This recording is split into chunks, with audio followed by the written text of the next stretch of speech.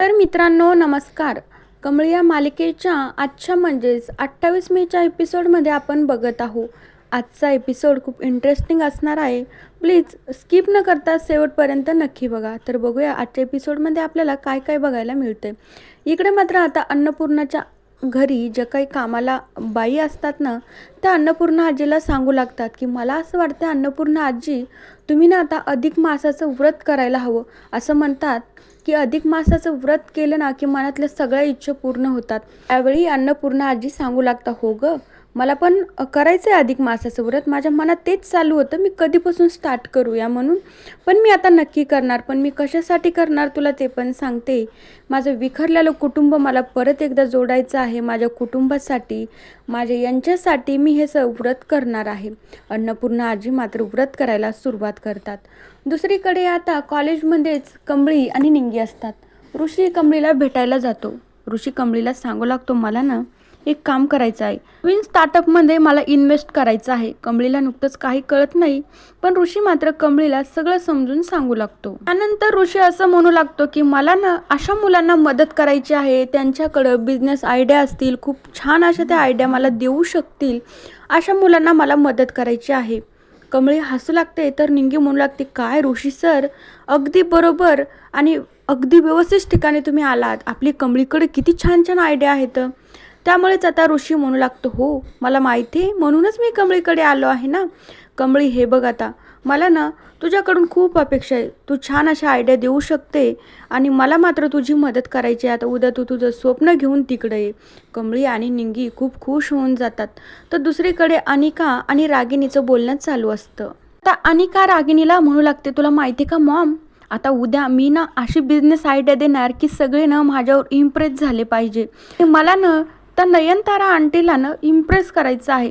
उद्या बघ आता माझीच आयडिया कशी एक नंबर गाजवते. तर दुसरीकडे आता निंगी आणि कमळी जेव्हा रूमवर येतात, कमळीला खूप छान वाटत असते की चला आपल्याला काहीतरी करायची संधी आहे, आपण त्या संधीचं सोनं नक्कीच करूया, असं कमळीच्या मनात चालू असतं.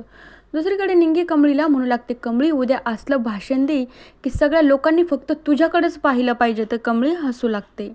आता उद्या मात्र कमळीला तिकडे जायचं आहे, खूप छान अशा आयडिया द्यायच्या आहेत. म्हणून आता कमळी रात्रभर अभ्यास करू लागते. छान छान अशा बिझनेस आयडिया तिच्या माइंडमधून शोधून काढते, सगळ्या लिहून घेते.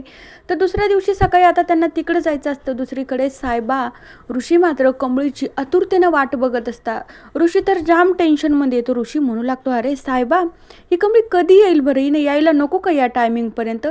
परत वेळ जर निघून गेला ना तर परत मॉमचं तुला माहिती आहे, ती काही पण करते. ती म्हणन की वेळ निघून गेला, आता तुला प्रेझेंटेशन देता येणार नाही.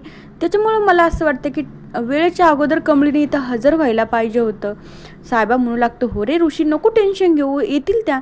ऋषी म्हणू लागतो, तेवढी तर मला खात्री आहे की त्या नक्कीच येतील, पण आता वेळ करायला नको ना, मला थोडीशी काळजी वाटते. आता दुसरीकडे रागिनी, अनिका तर मस्त फाईल वगैरे घेऊन तिथं हजर असतात सगळ्यांच्या अगोदर. रागिनी आणि अनिकाला खूप हसायला येत असते, ही काय कमळी टमळी वगैरे काही येणारच नाही, आता फक्त माझाच नंबर आहे. तेवढ्या वेळात नयनतारा तिथं येत असते. दुसरीकडे आता निंगी आणि कमळी अजून तर घरीच असतात. तर निंगी म्हणू लागते, अगं कमळी, घरीच इतकं लेट झाल्याच्या नंतर तिथं आपल्याला कोणी येऊ तर दिलं पाहिजे ना. त्यानंतर निंगी आणि कमळी इकडंच येण्यासाठी निघत असतात. खूप धावपळीने त्या इकडे येण्याचा प्रयत्न करत असतात. तर आता सगळा कार्यक्रम चालू होणार असतो. तर आता ऋषी जाम टेन्शनमध्ये येतो, कमळी तू कुठे राहिली, लवकर ये कमळी. आता त्यानंतर कमळी मात्र धडपडत तिथे येते. तर ती आल्या आल्या तिथे स्टेजच्या खालीच पडते. पडल्याच्या नंतर निंगी म्हणू लागते, बापरे, तू तर इथेच पडत आहे आणि तू समोर जाऊन काय प्रेझेंटेशन देणार आहेस ग.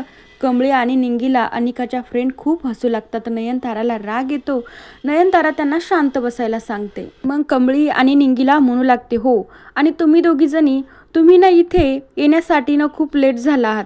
आता तुम्हाला काहीच करता येणार नाही, त्यामुळे मी सांगते तुम्हाला, तुम्ही येऊ शकता.